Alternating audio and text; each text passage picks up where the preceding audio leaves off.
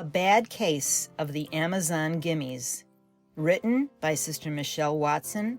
Read by Sister Roseanne Champagne. Better is the sight of the eyes than the wandering of desire.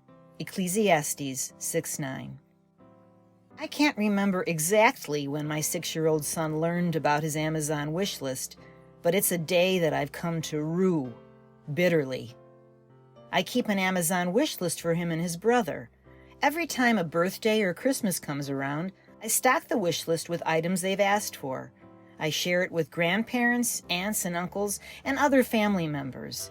Everyone can see the list updated in real time as items get purchased, deleted, or added. It's quick and convenient, and I'm guessing you've got one too. Am I right? One day, I must have said something to my son along these lines. "Oh, you want that Lego set for your birthday? I'll add it to your wish list." Wish list? What wish list? It's a list where I keep track of things you want. Here, let me show you. My son's eyes peered into the pixelated wonderland of the Amazon app. His little fingertips slid gently across the screen to scroll. Oh, wow, wow, wow! This list goes on forever, and it's full of colorful, happy new toys. That was the beginning of the end. Now, every time a birthday or Christmas approaches, I know what to expect. "Mom, can I look at my wish list, please? Please? Please?" He doesn't ask to buy anything.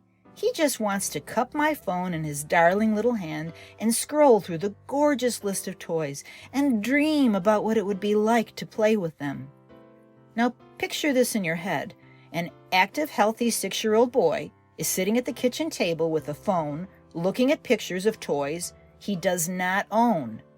Meanwhile, his room, which is bursting with hundreds of toys, real toys that he could actually play with right now, stands silent. Do you have the picture in your mind? A boy gazing at hoped-for toys while his actual toys go uncherished and unplayed with. This picture convicts me to my core. How often am I just like my little boy? I spend so much time focusing on what I don't have, what I wish I had, what other people have, yet I'm not enjoying all that I do have right now. And this goes way beyond material things. If I'm honest, I don't covet other people's homes, cars, clothes, or smartphones. I covet intangibles like security, approval, admiration, things like that. It looks different for each of us, but it's envy. Grass is always greener syndrome. In our house, we call it the Gimmies, a phrase we got from a Berenstain Bears book. This scripture sums it up. Better is the sight of the eyes than the wandering of desire. Ecclesiastes 6:9. In other words, better are the toys in your closet than the scrolling of a wish list.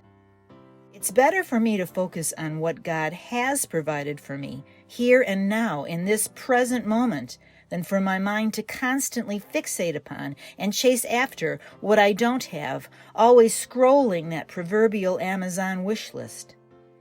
I realize that my tendency to be cranky and discontent with the present is because my contentment depends on things other than God.